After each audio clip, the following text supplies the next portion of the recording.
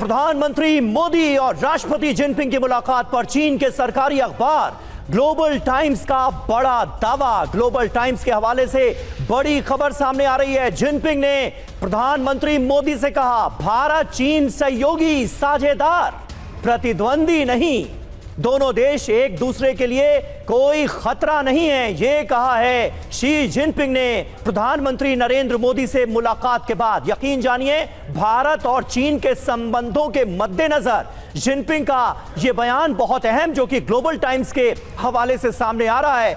चीन की सरकार के माउथपीस अखबार ग्लोबल टाइम्स ने यह कहा है। और तियानजिन में 7 साल बाद मिले प्रधानमंत्री मोदी और शी जिनपिंग। मौका खास था। मोदी जिनपिंग की 50 मिनट तक की पूरी बातचीत चली है। प्रधानमंत्री मोदी बोले, सैनिकों की वापसी से सीमा पर शांति आई है। जिनपिंग ने कहा कि ड्रैगन और हाथी साथ आए।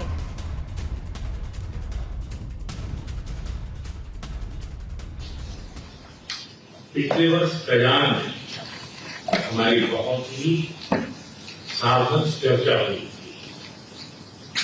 हमारे संबंधों को एक सकारात्मक दिशा मिली। सीमा पर डिसएंगेजमेंट के बाद शांति और स्थिरता का माहौल बना हुआ है। हमारे स्पेशल रिप्रेजेंटेटिव्स के बीच बॉर्डर मैनेजमेंट के संबंध में सहमति बनी। कैलाश मानसरोवर यात्रा फिर से शुरू की। दोनों देशों के बीच डायरेक्ट फ्लाइट भी फिर से शुरू की जा रही है। हमारे सहयोग से दोनों देशों के 2.8 बिलियन लोगों के हित जुड़े हुए। इससे पूरी मानवता के कल्याण का मार्ग भी प्रशस्त होगा। परस्पर विश्वास, सम्मान और संवेदनशीलता के आधार पर हम अपने संबंधों को आगे बढ़ाने के लिए प्रतिबद्ध हैं। The world today is swept by one-centric transformations. The international situation is both fluid and chaotic. China and India are two ancient civilizations in the East. We are the world's two most populous countries, and we are also important members of the global South. We both shoulder the historical responsibility of improving the well-being of our two peoples, promoting the solidarity and rejuvenation of developing countries, and propelling the progress of human society. It is the right choice for all sides to be friends who have good neighborly and amicable ties, partners who enable each other's success, and to have the dragon and the elephant dance together. It marks the 75th anniversary of China-India diplomatic ties. Both sides need to approach and handle our relationship from a strategic height and long-term perspective, so as to realize the sustained, sound and steady development of our bilateral ties. We must also step up to our historic responsibility to uphold multilateralism, work together to bring about a multipolar world and more democracy in international relations, and to make our true contributions to peace and prosperity in Asia and around the world. जी हां, तो आपने देखा किस तरह से चीन के Tianjin से सीधे अमेरिका को, डोनाल्ड ट्रंप को भी एक संदेश देने की कोशिश की गई है। अब कोई एक नई वैकल्पिक व्यवस्था सामने आएगी या फिर वर्ल्ड ऑर्डर ही बदल जाएगा, यह है सवाल। मोदी जिनपिंग मुलाकात नए वर्ल्ड ऑर्डर की नींव रखती नजर आ रही है क्या? प्रधानमंत्री ने जो कहा उसका मतलब क्या है, ये देखिए। सकारात्मक दिशा में संबंध आगे बढ़ेंगे, ये सीधे सीधे अमेरिका को संदेश है। प्रधानमंत्री नरेंद्र मोदी के अल्फाजों में सीमा पर शांति का माहौल है, यह बताया गया है। इसका मतलब क्या है? सामान्य स्थिति जो है वो पूरी तरह से बहाल हो चुकी है और तभी रिश्ते इस मोड़ तक पहुंचे हैं। सीमा प्रबंधन को लेकर सहमति बन गई है, इस बात का भी प्रधानमंत्री मोदी ने जिक्र किया। अब इसका मतलब सीधे सीधे रिश्तों में स्थिरता का है। जी, आपको बता दें कि कैलाश मानसरोवर यात्रा शुरू ये प्रधानमंत्री ने मोदी ने कहा, तो इसका मतलब ये है कि सांस्कृतिक तौर पर चीन के साथ एक जुड़ाव है जो कि पारंपरिक रहा है, कन्वेंशनल रहा है, और वो और ज्यादा मजबूत होगा। दोनों देशों में सीधी फ्लाइट जो पीपल टू पीपल कनेक्ट है, इसके मायने ये निकलते हैं कि ज्यादा आसान हो पाएंगे और चीन के साथ संबंध और ज्यादा सुंदर हो पाएंगे। संबंधों में सम्मान और संवेदनशीलता भी बनी रहेगी, जिसका मतलब यह है कि आपसी हितों को लेकर एक संतुलन बनेगा। संबंध आगे बढ़ाने को प्रतिबद्धता देखने को मिलेगी, जिसमें RIC का जो रास्ता है वो भी आगे बढ़ेगा। तो ये प्रधानमंत्री मोदी की ओर से जो बड़ी बात कही गई, इसके सीधा सीधा मतलब निकलता है। देखिए, SCO अध्यक्षता के लिए बधाई दी गई है चीन को प्रधानमंत्री मोदी के जरिए, और चीन ने भी इसका समर्थन किया है। तो यानी जो रिश्तों में जो बर्फ जमी हुई थी वो पिघल रही है धीरे धीरे। और देखिए, शी जिनपिंग की तरफ से जो 5 बड़ी बातें कही गई हैं प्रधानमंत्री नरेंद्र मोदी से मुलाकात करने के बाद, अब वो हम आपको बता देते हैं वो 5 बातें कौन सी हैं, क्योंकि ये बड़ी अहम है। जिनपिंग ने जो कहा उसका मतलब भी समझिए। मौजूदा हालात में भारत और चीन का साथ आना जरूरी है। ये डोनाल्ड ट्रंप के खिलाफ नया वर्ल्ड ऑर्डर बनता हुआ हमें दिख रहा है, जिसमें भारत है, चीन है और रशिया है। निश्चित तौर पर भारत चीन के संबंध और ज्यादा मजबूत होंगे, इस बात की उम्मीद दोनों ही नेताओं की तरफ से जताई गई है। मजबूत दोस्ती की बुनियाद का जिक्र किया गया है। भारत और चीन 2 बड़ी सभ्यताएं हैं, यह भी कहा गया, यानी साझा सांस्कृतिक विरासत जो है वो एक तरह का जुड़ाव पैदा कर रही है। और इसके अलावा क्षेत्रीय वैश्विक शांति स्थिरता के लिए भी काम हो रहा है, ये कहा जिनपिंग ने। तो नई कूटनीति से मुकाबला होगा। अगर अमेरिका यहां पर कूटनीतिक तौर पर आगे बढ़ता है तो ये जवाब चीन और भारत की ओर से आएगा। दोनों देश अपनी आबादी को ताकत बनाएं, ये भी कहा गया। दोहरी ताकत से साझा विकास संभव है। तो ये कुछ बड़ी बातें हैं जो प्रधानमंत्री मोदी के जरिए कही गई चीन के सामने, और जिनपिंग के जरिए की गई जो भारत के सामने की गई। लेकिन इसका असर पूरी दुनिया पर पड़ेगा और दुनिया के कई मुल्क इस मुलाकात पर नजर बनाकर रखे हुए हैं। देखिए, प्रधानमंत्री नरेंद्र मोदी और शी जिनपिंग की मीटिंग से जुड़ी एक बड़ी खबर आ रही है। भारत अपनी स्वतंत्र विदेश नीति जारी रखेगा। भारत किसी के पाले में नहीं जाएगा। किसी देश के साथ भारत के रिश्ते को तीसरे देश की नजर से नहीं देखा जाना चाहिए, यह क्लियर कर दिया गया है। चीन से मोदी का दुनिया को संदेश, भारत बिना किसी दबाव के अपनी विदेश नीति को जारी रखेगा, उसमें कोई परिवर्तन नहीं होगा, यह बिल्कुल क्लियरली बता दिया गया है। और आपको बता दें कि प्रधानमंत्री मोदी ने आतंकवाद का मुद्दा भी उठाया। SCO बैठक में शी से बातचीत में आतंक का मुद्दा उठाया है। ये बायलैटरल टॉक के बीच बहुत अहम मुद्दा रहा। आतंकवाद एक वैश्विक खतरा है, ये प्रधानमंत्री मोदी ने कहा। आतंक के खिलाफ मिलकर लड़ने की जरूरत है, ये भी प्रधानमंत्री मोदी की बात रखी गई। जो पूरा डेलीगेशन बैठा था, आतंकवाद पर एक बड़ा प्रहार किया गया और भारत ने 2 टूक कहा है, आतंकवाद बर्दाश्त नहीं होगा। मनीष झा हमारे साथ सीधे तियानजिन से जुड़े हुए हैं। मनीष, लगातार हमें अपडेट कर रहे थे क्योंकि सुबह से ही जो मीटिंग चली, बायलैटरल टॉक हुए, उसके बाद जो बड़ी बातें निकल कर आई वो साझा करने की कोशिश की मनीष ने। मनीष, अब जो लब्बो-लुआब निकलता है इस बैठक का वो है कि एक पैरेलल कूटनीतिक मंच बनाया गया है ताकि अमेरिका को जवाब दिया जा सके। अमेरिका अगर घेरेबंदी करेगा, एक कदम आगे बढ़ाएगा, तो फिर ये जो पैरेलल मोर्चा है वो 2 कदम आगे बढ़कर जवाब देगा। ये एक तरह से बात निकलकर सामने आती है। मनीष। बिल्कुल निधि, देखिए बहुत सारी डिटेल दर्शकों तक आप सबने पहुंचाई है और इस समय SCO के मीडिया सेंटर में तियानजिन में मौजूद रहकर प्रधानमंत्री नरेंद्र मोदी और राष्ट्रपति शी जिनपिंग के बीच जो मुलाकात हुई है उसको लेकर कुछ और एडिशनल चीज़ों पर बात करने के लिए हमारे साथ चीन की पत्रकार मौजूद हैं। ये बहुत अच्छा हिंदी भी बोलती हैं, इनका नाम हिंदी नाम अंजलि है, तो इनसे ही जानते हैं। सबसे पहले तो आप मुझे बताइए कि प्रधानमंत्री मोदी और चीन के राष्ट्रपति की मीटिंग को लेकर जो दोनों सरकारों के संयुक्त बयान आए हैं, तो उसको देखने के बाद आप क्या कहना चाहेंगे? हाँ, जैसे हमारे राष्ट्रपति शी जिनपिंग ने चीन भारत संबंधों के बारे में बहुत ज़्यादा सकारात्मक संकेत भी देते हैं। और उन्होंने कहा चीन भारत हम तो प्राचीन सभ्यता देश है और हम एक दूसरे से सहयोग करना चाहिए। तो वैसे मुझे लगता है कि यह हमारा एक बहुत अच्छा मौका आ गया है, हम बाद में और एकता और सहयोग कर सकते हैं। तो जैसा कि आपके राष्ट्रपति ने ये कहा कि भारत और चीन को एक दूसरे के पार्टनर के तौर पर देखा जाना चाहिए, राइवल यानी कि दुश्मन के तौर पर या प्रतिद्वंदी के तौर पर नहीं देखा जाना चाहिए। साथ ही में वो ये कह रहे हैं कि ज़्यादा से ज़्यादा और कैसे सहयोग बढ़ाएंगे। तो चीन के राष्ट्रपति या फिर चीन इसे किस रूप में देख रहा है या किस रूप में आगे बढ़ाना चाह रहा है?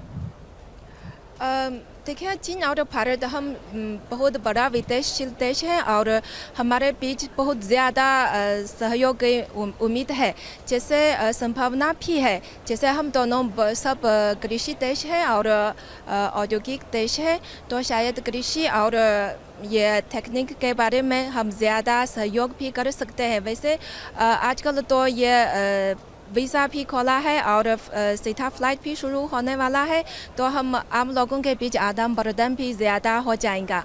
तो समीर, जैसा कि आप अभी वीज़ा का जिक्र कर रहे थे, डायरेक्ट फ्लाइट का जिक्र कर रहे थे, तो चीनी पत्रकार अंजलि भी उसी के बारे में जिक्र कर रही थी।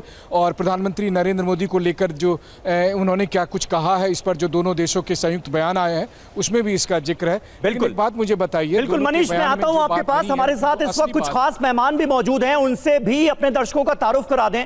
दीपक वोरा सर हमारे साथ मौजूद हैं, पूर्व राजदूत। युक्तेश्वर कुमार जी, चीन मामलों के जानकार, हमारे साथ मौजूद हैं। स्वर्ण सिंह भी हमारे साथ इस वक्त जुड़ चुके हैं, विदेश मामलों के जानकार। वोरा साहब, ये सारी बातें सुनकर आप मुस्कुरा रहे थे, कैसा लग रहा है भारत और चीन के संबंधों में ये जो मिठास घुलती हुई नजर आ रही है चीन में प्रधानमंत्री मोदी और जिनपिंग की मुलाकात के बाद, इसे आप कैसे देखेंगे? और बार बार, क्योंकि एमईए की तरफ से जो बयान जारी किया गया है उसमें भी मल्टीपोलर वर्ल्ड बनाने का जिक्र किया गया है। व्लादिमीर पुतिन ने भी ये बातें कही, हमने भी अपने स्टेटमेंट में ये बात कही, और चीन का ये रुख कैसे जोड़कर आप देख रहे हैं? बहुत बहुत धन्यवाद सर, बहुत अच्छा लगता है जब आपके साथ होता हूं। आपके प्रश्न बहुत कठिन होते हैं, जवाब देने की कोशिश करता हूं।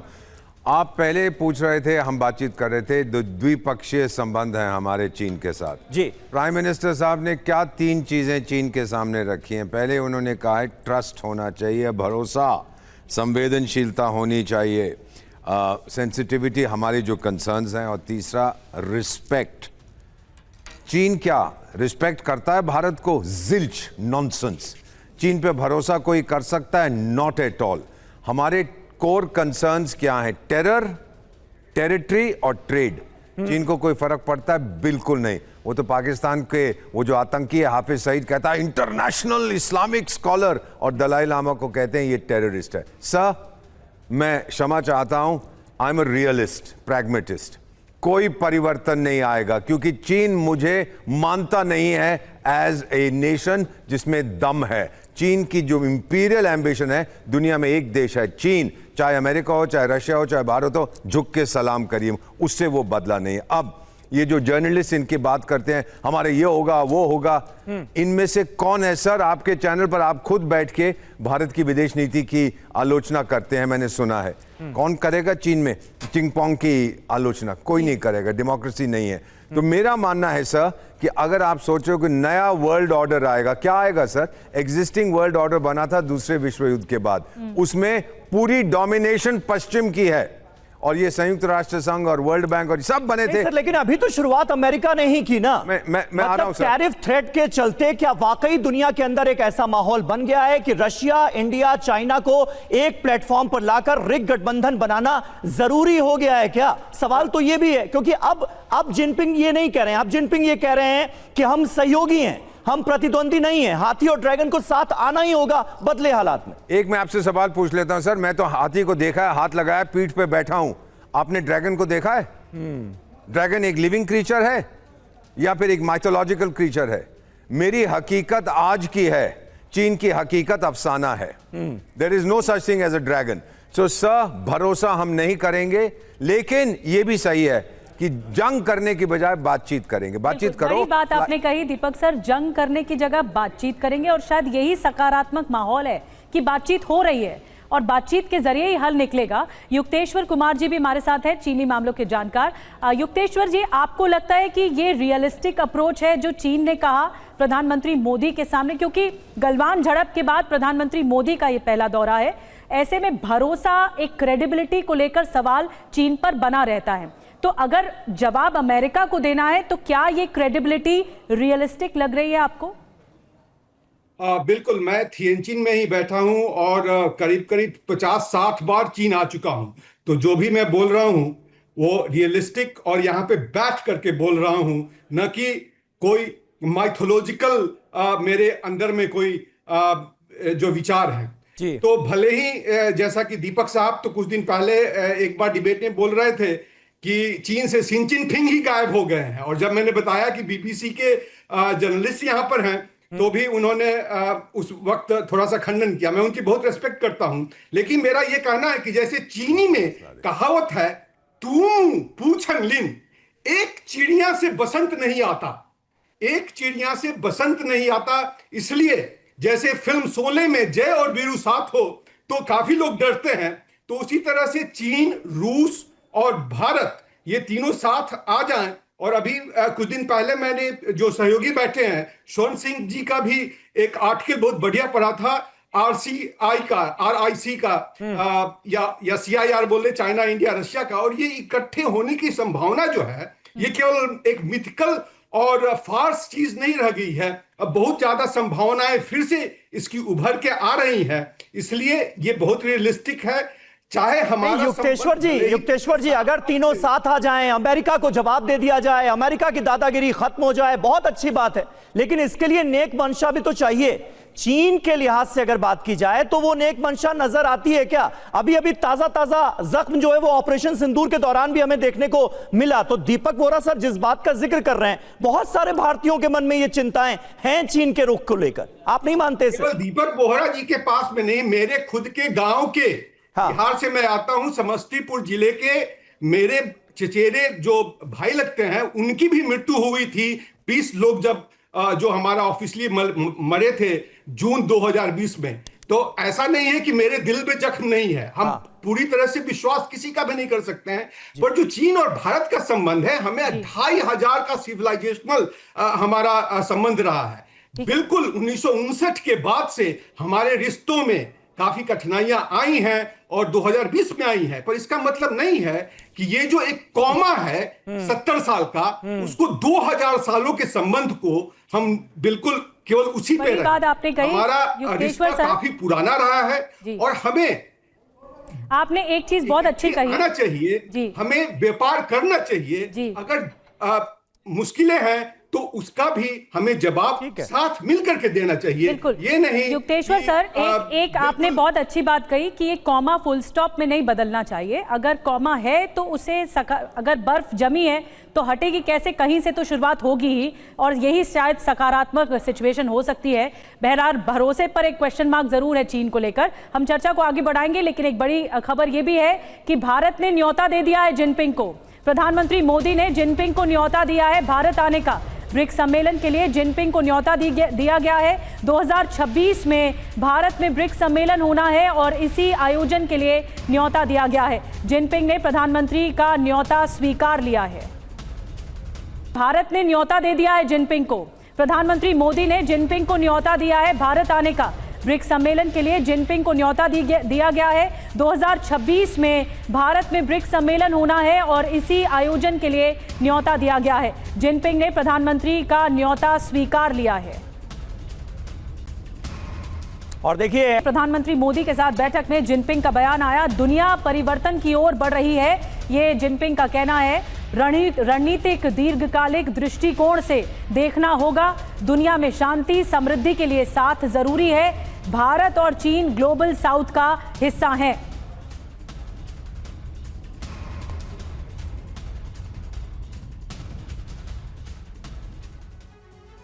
तो देखिए, उम्मीदें तो बहुत सारी हैं। 12 घंटे में SCO के जरिए क्या बदलेगा वर्ल्ड ऑर्डर?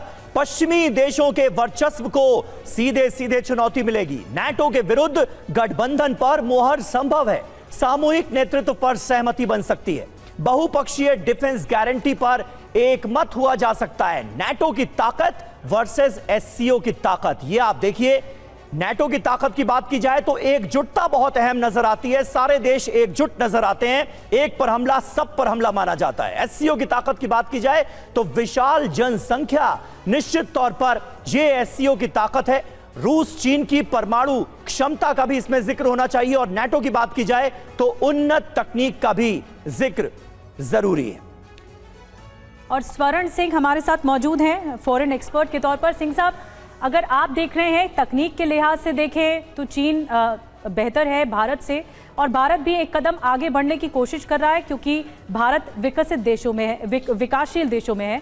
ऐसे में आपको लगता है कि ये एक बहुत सुनहरा मौका है भारत के पास कि चीन के साथ एक बेहतर संबंध बनाया जाए?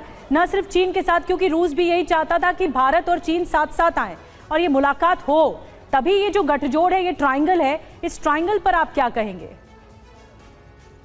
बिल्कुल, आप ने सही कहा कि ये जो लगातार राष्ट्रपति ट्रंप की वजह से तनाव बन रहा है, और जितने भी 10 सदस्य हैं शंघाई सहयोग संगठन में और 14 उनके डायलॉग पार्टनर हैं, सभी उसका खामियाजा झेल रहे हैं। इसलिए हालांकि शंघाई सहयोग संगठन शुरू से ही ऊर्जा सुरक्षा और आतंक से सुरक्षा पर ध्यान देता रहा है, पर आज उसमें आर्थिक व्यवस्थाओं पे जो चिंताएं बनी हुई हैं उस पर भी जाहिर है कि ध्यान होगा और उस पर बातचीत होगी और उनको और वो अच्छे से पास जोड़ेगा।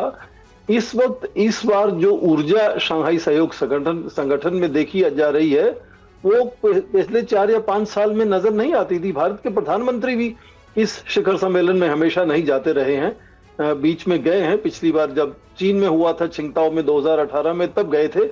तो ऊर्जा अलग है आज इन सभी देशों की, क्योंकि उनको लगता है कि उनकी जो अमेरिका की चुनौती है उसको मिलकर किस तरह से वो सुलझा सकते हैं। और उसी परिप्रेक्ष्य में आप देखें कि भारत को यदि अपना उत्पादन और सुदृढ़ करना है, अंतर्राष्ट्रीय प्रतिस्पर्धा में आगे बढ़ना है, निर्यात करना है, तो यहां भी जिस देश से वो जुड़ पाए वो जरूर जुड़ेगा। प्रधानमंत्री चीन आने से पहले जापान में थे, वहां भी लगातार निवेश की, तकनीक हस्तांतरण की बात हुई है, और यहां भी चीनी कंपनियों के साथ भी भारत की कंपनियां कहां ज्वाइंट वेंचर बन सकता है। अब देखिए, जब प्रधानमंत्री मोदी शुरू में आए थे तो बहुत सा चीन का निवेश हमने खोला था और यहाँ उत्पादन शुरू हुआ था। बीच में तनाव बढ़ा और वो चीजें रुक गई, तो वापस उसी तरह का फिर तालमेल बनाने की कोशिश है, क्योंकि मेक इन इंडिया का जो सोच है वो ये है कि सभी देशों को आकर्षित किया जाए, वो यहाँ आकर उत्पादन करें भारत के लिए और विश्व के लिए, ताकि भारत की सर्विसेज सेक्टर स्ट्रांग है, पर मैन्युफैक्चरिंग सेक्टर में थोड़ी सी प्रतिस्पर्धा में हमें जरूरत है दूसरे देशों के साथ। स्वर्ण सिंह साहब, एक प्रैक्टिकल सवाल जो है वो हर किसी के जहन में भी है इस वक्त। अमेरिका के तरफ से जो टैरिफ थ्रेट मिला है, जिस तरह से 50% टैरिफ भारत पर भी लगाया गया है, उसके बाद क्या RIC ये गठबंधन बनना जरूरी हो गया है? क्योंकि रूस की बात की जाए, रेयर मिनरल्स के मामले में, तेल गैस के मामले में रूस समृद्ध है। चीन की बात की जाए तो मैन्युफैक्चरिंग टेक्नोलॉजी के मामले में, इंफ्रास्ट्रक्चर के मामले में चीन का कोई तोड़ नहीं है। और भारत का जहां तक सवाल है, इतना बड़ा कंज्यूमर मार्केट हमारे पास है, सर्विस सेक्टर में हमारा लोहा हर कोई मानता है। तो ये तीन अगर साथ आ जाते हैं, एससीओ सम्मेलन उसकी नींव रखता है, तो क्या ये अमेरिका की इस थ्रेट को एक बड़ा जवाब नहीं होगा?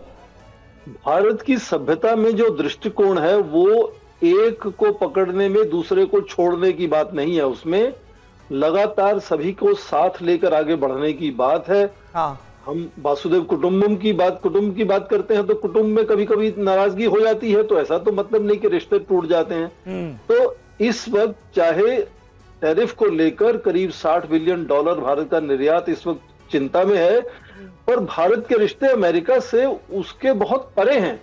हाल ही में 2+2 एक मैकेनिज्म है जो विदेश मंत्री, रक्षा मंत्री दोनों तरफ से एक बार इकट्ठे होकर मिलते हैं, उनकी हाल ही में बातचीत हुई है, और कई लगातार चीजें आपस में जो बनी है वो बनी हुई हैं, चल रही हैं। भारत मूल के लोग वहां हैं, ठीक है, वहां के राजनीति में है।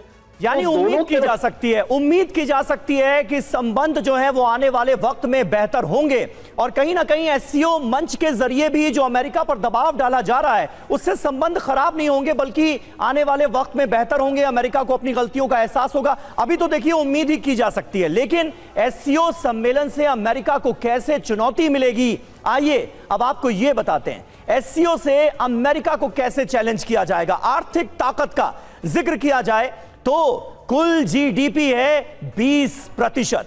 चीन का हिस्सा जो है वो है 17 ट्रिलियन डॉलर का। भारत का हिस्सा है 3.7 ट्रिलियन डॉलर। रूस के हिस्से की बात की जाए तो यह है 2.2 ट्रिलियन डॉलर। यह है एससीओ की ताकत। अब इसके बारे में आपको बता दें, रूस, कजाकिस्तान, ईरान तेल, गैस, यूरेनियम और मिनरल्स के मामले में बहुत रिच माने जाते हैं। चीन और भारत दुनिया का सबसे बड़ा उपभोक्ता बाजार है, जिसका थोड़ी देर पहले मैंने जिक्र किया था। और ऐसे में अगर बदले हालात में ये तीनों देश एक साथ आ जाते हैं तो अमेरिका के लिए निश्चित तौर पर एक बड़ी चुनौती पेश करेंगे। तो एक तरफ तो ये बैठक चल रही है, बायलैटरल टॉक्स चल रहे हैं चीन के साथ, एससीओ समिट भी होना है। वहीं पुतिन के चीन दौरे के बीच मॉस्को पर अटैक हो गया है। ये बहुत बड़ी खबर है। यूक्रेन का मॉस्को के बालिशिका पर अटैक हुआ है। मल्टीपल धमाकों की आवाज से गूंजा है पूरा मॉस्को। और जो ये हमले हुए हैं, धमाके हुए हैं, कई गोदामों में आग लग गई है। उसके बाद तो यूक्रेन ने बड़ा वार कर दिया है। समिट के बीच यूक्रेन की तरफ से एक बड़ा धमाका हुआ है। मल्टीपल धमाके हुए हैं जो जानकारी मिल रही है। और देखिए धुएं का गुबार बता रहा है कि इंटेंसिटी धमाके की बहुत ज्यादा थी। यूक्रेन ने वार किया है रूस की राजधानी मॉस्को पर, बड़ा हमला कर दिया है।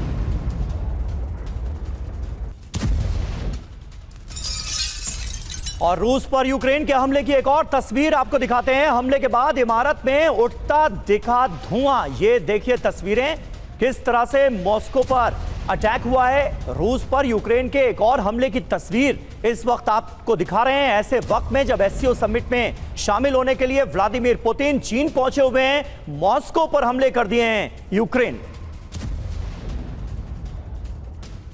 और यूक्रेन के अटैक से मॉस्को में भारी तबाही मची है। अटैक की तस्वीरों में दिखा खौफनाक मंजर भी। हमले में कई लोगों के मारे जाने की खबर है।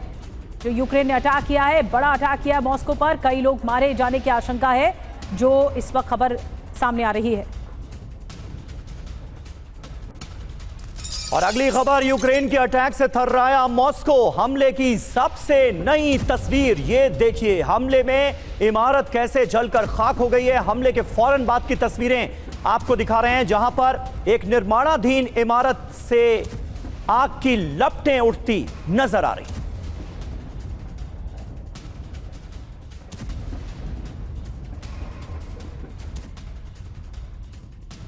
और अब आपको दो तस्वीरें एक साथ दिखा रहे हैं। एक तरफ पुतिन इस वक्त चीन में है, तो वहीं मॉस्को में यूक्रेन के हमलों से पूरा मॉस्को कैसे दहल गया है। रिहायशी इमारतें पास ही हैं और जिस तरह से निशाना बनाया गया है यूक्रेन ने, ऐसा लग रहा है कि टाइमिंग बहुत इंपॉर्टेंट है इस हमले की।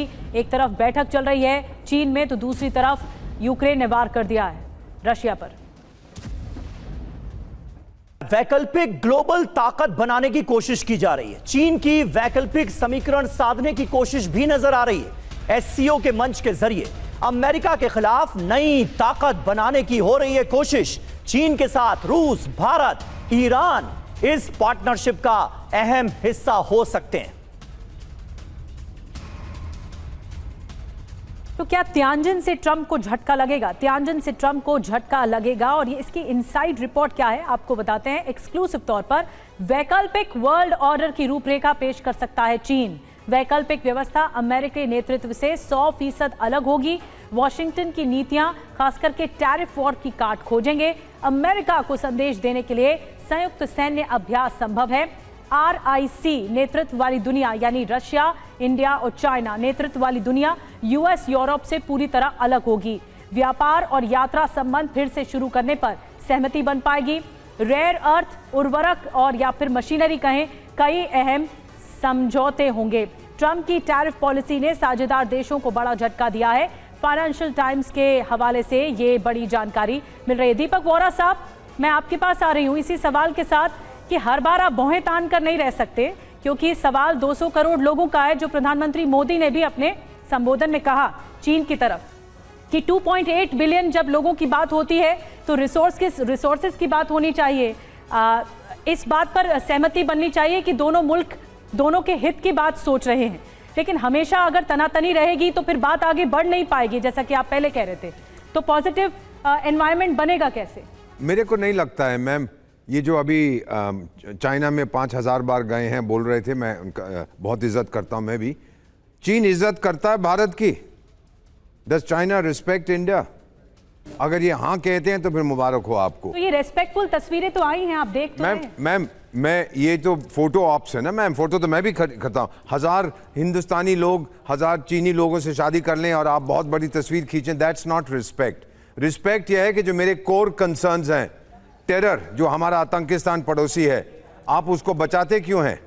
जब आतंक से मैं पीड़ित हूं, आप मेरी मदद क्यों नहीं करते हैं? नहीं करेंगे क्योंकि आप उसको पसंद करते हैं। और फिर मैडम ये जो बात हम कर रहे हैं, अभी आपने बहुत अच्छी चीज़ कही है कि क्या हम मॉस्को के अटैक के बारे में, एससीओ की सारी फौजें अब जाके यूक्रेन पे हमला करेंगी।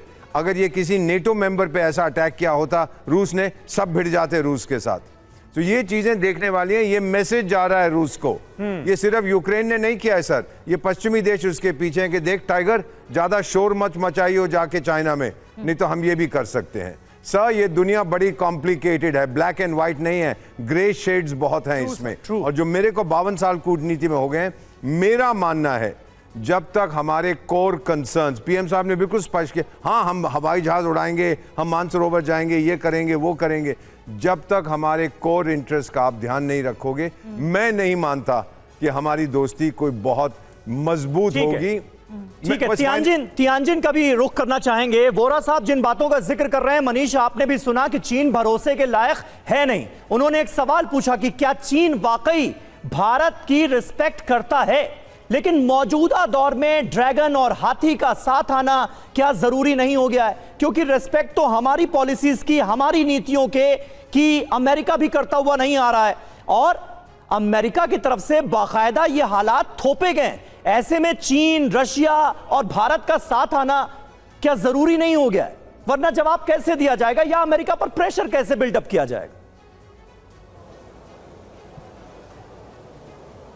देखिए, अमेरिका पर प्रेशर बिल्डअप करने की ज़रूरत नहीं है। अमेरिका और भारत के बीच में जो सहयोग है उसमें अभी जो स्थिति बनी है इससे भी निपटा जा सकता है। ऐसी बहुत सी चुनौतियां आई। एम्बेसडर वोहरा बिल्कुल सही कह रहे थे, अपनी समझ और अपने अनुभव को वो बता रहे थे कि चीन के साथ कैसे डील करना है। देखिए 2014 से 2018 के बीच 2014 से 2020 के बीच प्रधानमंत्री नरेंद्र मोदी और प्रेसिडेंट शी जिनपिंग की बायलैटरल और मल्टीलैटरल 18 मीटिंग हुई थी, लेकिन उसके बाद चीन ने क्या किया, गलवान हो गया। और बस 3 महीने पहले ऑपरेशन सिंदूर के दरमियान क्या हुआ, किस तरीके से चीन ने पाकिस्तान की मदद की। और फिर आप कह रहे हैं कि हम राइवल नहीं है, तो राइवल नहीं है तो पार्टनर ऐसा कब करता है, कैसे करता है? और फिर आप कह रहे हैं कि आप हम पर ट्रस्ट कर लें, आप जो है सो हमारे साथ खड़े हो जाइए और अमेरिका के खिलाफ गठबंधन बनाइए। तो इसी वजह से प्रधानमंत्री नरेंद्र मोदी ने चीन के राष्ट्रपति से बीच हुई मुलाकात में ये कहा कि हमारी स्ट्रेटेजिक ऑटोनॉमी बरकरार रहेगी। मतलब अगर आप इस मंसूबे में हैं कि हम आपके साथ खड़े होकर अमेरिका के खिलाफ हल्ला बोल करेंगे, तो ऐसा नहीं है। टैरिफ का इशू है, इसको डील कर लेंगे। ट्रंप हमेशा नहीं रहेंगे, ट्रंप जैसे तुगलकी फरमान करने वाले हमेशा नहीं रहेंगे। अमेरिका के भी लोग, अमेरिका प्रशासन, अमेरिका के एक्सपर्ट्स, तमाम लोग ट्रंप की नीतियों की आलोचना कर रहे हैं। और दूसरी बात ये देखिए, आज हम ट्रंप से नाराज है तो हम चीन के पास चले जाएंगे, लेकिन चीन ने तो गलवान किया था। चीन ने ऑपरेशन सिंदूर में क्या किया था, या चीन का पहले का इतिहास क्या रखा था। तो वैसी तुलना में अमेरिका चीन का विकल्प या अमेरिका का विकल्प कभी भी चीन नहीं हो सकता। हाँ, चीन पड़ोसी है, एक बड़ा पड़ोसी है, एक बड़ा पावरफुल कंट्री है, और उसके साथ भारत के रिलेशन को आगे बढ़ना है। लेकिन रिलेशन के 3 प्रिंसिपल हैं जो प्रधानमंत्री मोदी ने चीन के राष्ट्रपति से कहा। पहला ट्रस्ट, दूसरा रिस्पेक्ट, और तीसरा सेंसिटिविटी। और जब हम सेंसिटिविटी की बात करते हैं तो आप सोचिए कि अगर पाकिस्तान के आतंकियों को यूएन में हम ब्लैक लिस्टेड करने के लिए आगे बढ़ते हैं तो चीन उसमें वीटो करता है, उसका क्या जवाब होगा? केवल धंधा से ही रिलेशन नहीं बनता। भारत और चीन के बीच चूंकि बिजनेस अच्छा चल रहा है और ये और 2 गुना 3 गुना होना चाहिए, तो इसलिए बाकी बातें नहीं भूलनी चाहिए। और ये सारी बातें मैं तब कह रहा हूँ आपको जब मैं चीन के तियानजिन में मौजूद हूँ और TV9 की टीम यहाँ एससीओ सम्मेलन में है, कि बात सीधी सी है कि हम एक बार नहीं बार बार मौका देते हैं। बार बार ये मौका देने के बाद भी चीन की तरफ से क्या जवाब आता है? चीन कभी डोकलाम करता है, कभी गलवान करता है, और इसके बाद भी अगर ये मौका दिया जा रहा है तो आज चूंकि चीन को ये लगता है कि भारत अगर पाले में आ गया तो अमेरिका से टक्कर मनीष, बड़ी बात जो आपने कही, अमेरिका में आपने प्रिंसिपल की दुश्मन बात नहीं की, है, तो आपने ये नीति की बात की। प्रिंसिपल और नीति के आगे एक और शब्द आता है, वो है नियत का। युक्तेश्वर जी, मैं यही आपसे सवाल पूछ रही हूँ कि जब चीन की फितरत और नियत इतनी अच्छी नहीं है और पास्ट के एग्जाम्पल्स हमारे सामने हैं, तो फिर ट्रस्ट डेफिसिट होना लाजमी, आप खुद भी कह रहे थे अपनी बात में, तब कैसे बात आगे बढ़ेगी? क्या भरोसा कि इस बातचीत के बाद, इस फोटो ऑप के बाद चीन कोई पैतरा ना खेले या कोई ठगने की कोशिश ना करे? हमें बिल्कुल सोच समझ के कदम रखना है। ऐसा नहीं है कि मैं बिल्कुल कह रहा हूं कि हम आंख बंद करके किसी पे भरोसा करें। चीनी में एक कहावत है, चुंगरन शिछाय होयेन काओ। जब लोग मिलकर लकड़ियां इकट्ठे करते हैं तो आग और ऊंची जलती है। यह संघाई कोऑपरेशन ऑर्गेनाइजेशन का दर्शन है कि सहयोग से ही शक्ति पैदा होती है। मैं सहयोग की बात कर रहा हूं, मैं ये अंधविश्वास या बिल्कुल ही विश्वास किसी के ऊपर करने की बात नहीं कर रहा हूं। चीन और भारत के रिश्ते को 2500 से ज्यादा साल तक देखने की मैं बात कर रहा हूं। फीनिक्स का जहां तक बात है, बिल्कुल ही ये एक फैंटेसी है, लेकिन इसका भी जो ओरिजिन है वो कहां से हुआ? वो भारत के नाग से हुआ है। नाग और सांप कोई मिथिकल फीचर नहीं है। तो भारत ने चीन को बहुत कुछ दिया है और चीन समझ सकता है। अभी 25 तारीख को, 5 दिन पहले भी मैंने इसके बारे में चाइना डेली भी मैंने लिखा है इसके बारे में। मैं ये नहीं कह रहा हूं कि बिल्कुल हम किसी को बहुत ज्यादा विश्वास करें, लेकिन अभी जो प्राथमिकता है भारत का, आतंकवाद से निपटना, जो ये बोल रहा था, क्षेत्रीय संपर्क बताना, ऊर्जा को सुरक्षा और सुनिश्चित करना, आर्थिक सहयोग के नए रास्ते खोलना, ये सब जो है ये अभी बहुत अब आपने लेकिन जो आतंकवाद के मुद्दे का जिक्र किया, आपको लगता है कि आतंकवाद को लेकर जो दोहरी नीति रही है चाइना की, वो रातों रात बदल जाएगी? रातों रात बिल्कुल नहीं बदलेगी। हाँ। और मैं बिल्कुल इस बात का समर्थन करता हूं कि जो चीन ने बार बार, जैसे मनीष जी ने भी बताया और दीपक जी ने भी बताया, और मैं बिल्कुल सम्मान और बिल्कुल उस पर सहमत हूं कि जो यूनाइटेड नेशंस में जब भी भारत पाकिस्तान के खिलाफ आवाज उठाता है तो चीन वीटो लेकर के उस पे बिल्कुल। और आप भी ये मान रहे हैं कि ये रातों रात बदलेगा नहीं, और बदलता है तो बहुत अच्छी बात है, इसका इंतजार हमको है। लेकिन देखिए, इस बीच एक अहम खबर आ रही है। कुछ देर में प्रधानमंत्री नरेंद्र मोदी और शहबाज शरीफ आमने सामने होंगे। शाम 4:30 बजे एससीओ के सभी सदस्य दरअसल एक साथ होंगे और यह मौका बहुत खास रहेगा। सदस्य देशों के नेताओं की ग्रुप फोटो होनी है। ग्रुप फोटो के दौरान मोदी और शहबाज आमने सामने होंगे। ऑपरेशन सिंदूर के बाद यह पहला मौका होगा, पहली बार एक जगह पर प्रधानमंत्री नरेंद्र मोदी और पाकिस्तान के पीएम शहबाज शरीफ एक साथ एक जगह मौजूद होंगे। तो अब से थोड़ी देर बाद शाम 4:30 बजे वो मौका आने जा रहा है चीन में, जब तमाम नेताओं के साथ प्रधानमंत्री नरेंद्र मोदी और शहबाज शरीफ भी आमने सामने होंगे। तो ये मौका बड़ा होगा क्योंकि ऑपरेशन सिंदूर के बाद ऐसा हो रहा है, एक मंच पर मोदी और शहबाज होंगे। 5 बड़ी बातें क्या हैं आपको बता देते जल्दी से। पहली बड़ी बात, भारत की मौजूदगी से पाकिस्तान असहज होगा। दूसरी बड़ी बात, अपनी आतंकी नीतियों की वजह से पाकिस्तान खुद घिरेगा। और तीसरी बड़ी बात, भारत रूस की मौजूदगी से पाकिस्तान की स्थिति कमजोर होगी। और आतंक पर ईरान और मध्य एशिया के देश भी पाकिस्तान के खिलाफ नजर आएंगे। अमेरिका के नजदीकी एससीओ में पाकिस्तान की विश्वसनीयता घटेगी, क्योंकि ऑपरेशन सिंदूर के दौरान किस तरह से आतंकवाद का ही मुंहतोड़ जवाब देते हुए पाकिस्तान के खिलाफ स्ट्राइक की गई, एक सबक सिखाने की कोशिश की गई, ये इससे पहले हो चुका है। और उस वक्त यही चीन, जो आज के देश में एससीओ मीटिंग का मेजबान देश है, वो पाकिस्तान के साथ खड़ा नजर आया था। मनीष, ऐसे में यह मौका कितना अहम होगा थोड़ी देर में 4:30 बजे वो तस्वीरें हमारे सामने आएंगी जब ग्रुप फोटो के लिए तमाम लीडर्स एक साथ होंगे और वहां प्रधानमंत्री मोदी भी होंगे और शहबाज शरीफ भी होंगे। देखिए, जैसे कभी आप शॉपिंग करने के लिए जाते हैं और अगर आपने बहुत सारी खरीदारी कर ली तो कई बार आपको गिफ्ट में एडिशनल कुछ चीज़ें मिल जाती है। वैसे ही एससीओ सम्मेलन में पाकिस्तान की मौजूदगी है, एक्स्ट्रा प्लेयर है जिसको रखा गया है साथ में। ना तो पाकिस्तान 3 में है ना 13 में, ग्लोबल मंच में क्या भूमिका निभाएगा। एससीओ के गठन में जो सबसे मुख्य बात थी वो था आतंकवाद के खिलाफ लड़ाई लड़ना। पाकिस्तान की एंट्री के बाद तो वो भी ख़त्म हो गया। अब ऐसी स्थिति में पाकिस्तान की दूसरी भूमिका क्या हो सकती है। वैसे एससीओ के ज़्यादातर देश पूरी दुनिया में इस बात के लिए जाने पहचाने जाते हैं कि सप्लाई चेन में उनका बड़ा योगदान है। पाकिस्तान का योगदान सप्लाई चेन में है बस एक ही चीज़ कि दुनिया भर में आतंकियों की सप्लाई करना, वही उनका योगदान है। अदरवाइज उनकी क्या भूमिका है। तो पाकिस्तान यहाँ पर एक वेसल स्टेट के तौर पर आया, एक चीनी राज्य के तौर पर यहाँ पर मौजूद है और इसीलिए उनको बुला लिया गया कि चलो भाई तुमको कहीं और मौका नहीं मिलता है तो यहाँ बुला लेते हैं, तो इस तरह बुलाया गया है। अदरवाइज अगर आप देखें तो हाँ, ये बात सही है कि इस वक्त जब फोटो ऑफ होगा तो बाकी नेताओं के साथ शहबाज शरीफ भी उस फोटो में दिखेंगे आपको और हो सकता है कि अपनी तरफ से कोशिश करें। वैसे शहबाज शरीफ से पहले जब नवाज शरीफ पाकिस्तान के प्रधानमंत्री होते थे तो प्रधानमंत्री नरेंद्र मोदी के साथ उनकी डायलॉग काफ़ी कुछ देखने को मिलता था। लेकिन मुझे याद है कि जब एससीओ का परमानेंट मेंबर भारत और पाकिस्तान दोनों बने थे अस्ताना में, तब थोड़ी बातचीत हुई थी और वो एससीओ का सम्मेलन ही था। लेकिन इस वक्त हालात बदले हुए हैं। ऑपरेशन सिंदूर के बाद पाकिस्तान के प्रधानमंत्री और भारत के प्रधानमंत्री एक छत के नीचे होंगे, लेकिन कोई आधिकारिक बातचीत होगी नहीं होगी। अब अगर आप सामने में आ जाएंगे और हाथ मिलाना पड़ता है तो बहुत सारी बातें कर्टसी होती है, वो खास करके भारतीय उपमहाद्वीप में ये तो ट्रेडिशन भी है। तो शहबाज शरीफ को शायद इसका एक एडवांटेज मिल जाए। ठीक है, कूटनीतिक तौर पर कई जेस्चर्स होते हैं कि अगर आमना सामना हो गया तो क्या जेस्चर होंगे, अगर होता है तो फिर कैसे जेस्चर्स होंगे, ये भी देखने वाली बात होगी। एक और बड़ी खबर ये है, मनीष आएंगे आपके पास। अमेरिकी अखबार न्यूयॉर्क टाइम्स ने दावा किया है कि भारत यात्रा पर नहीं आएंगे ट्रंप। अब ये न्यूयॉर्क टाइम्स कह रहा है, देखिए अमेरिकी मीडिया कह रहा है क्वाड समिट में नहीं होंगे शामिल, भविष्य में भी भारत यात्रा पर नहीं आएंगे ट्रंप, ये कहा जा रहा है। तो न्यूयॉर्क टाइम्स की तरफ से ये कहा जा रहा है कि भारत नहीं आएंगे, भारत यात्रा नहीं करेंगे ट्रंप, और फ्यूचर में भी। क्या ये जो चिढ़ है वो यहां तक पहुंच गई है कि अब ट्रंप इस बात से इनकार कर देंगे कि भारत नहीं आएंगे, ये न्यूयॉर्क टाइम्स कह रहा है।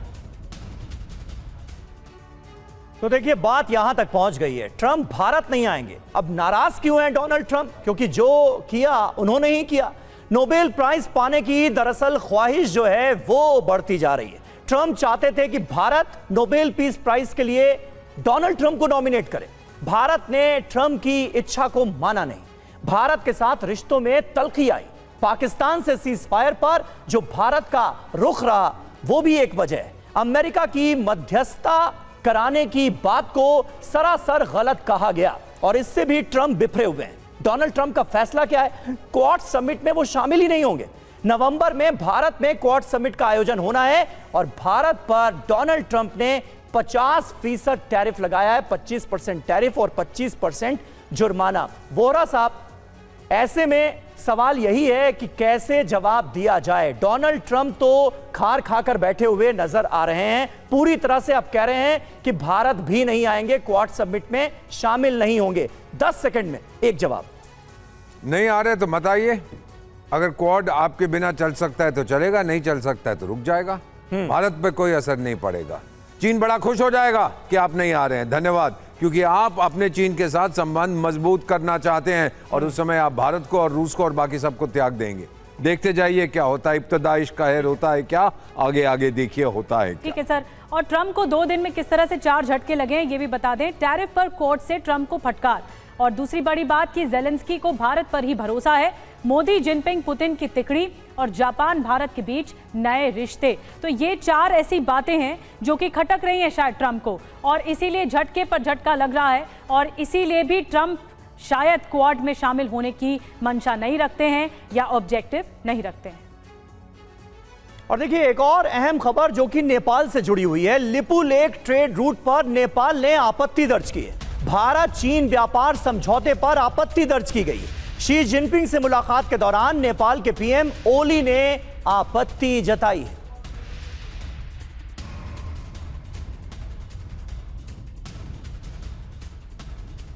और नेपाल की आपत्ति पर जिनपिंग ने कहा है कि चीन इस विवाद में नहीं पड़ेगा।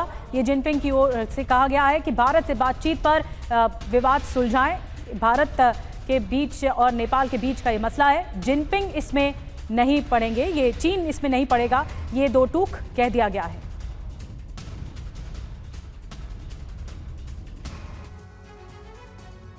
तो देखिए, लिपु लेख के मुद्दे पर किसने क्या कहा है ये आपको आइए जल्दी से बता देते हैं। नेपाल, भारत और चीन का इसमें जिक्र हुआ है, लेकिन चीन ये कह रहा है कि ये भारत और नेपाल के बीच का मसला है, इसलिए नेपाल को नसीहत दी कि भारत से बात कीजिए, मैं इसमें कुछ कर नहीं सकता। नेपाल की जमीन है लिपु लेख, ये नेपाल का दावा है। चीन का रुख क्या है? हम लिपु लेख विवाद में पड़ेंगे ही नहीं, हमको पढ़ना ही नहीं है। भारत का क्या रुख है? लिपु लेख पर नेपाल का दावा सही नहीं है, हमने नेपाल के दावे को खारिज कर दिया है। और नेपाल लिपु लेख ट्रेड रूट पर हमारा हक है, नेपाल का ये कहना है। चीन, दोनों देश आपस में विवाद सुलझाएं। भारत कह रहा है कि नेपाल का दावा तथ्यों पर आधारित नहीं है, हमसे बातचीत करके ही फैसला ले चीन, ये नेपाल का कहना है। तो वहीं चीन कह रहा है कि भारत चीन के व्यापार पर वो सहमत है और लिपु लेख दर्रा हमेशा से भारत का हिस्सा रहा है, ये भारत ने दावा किया है और दो टूक कहा है।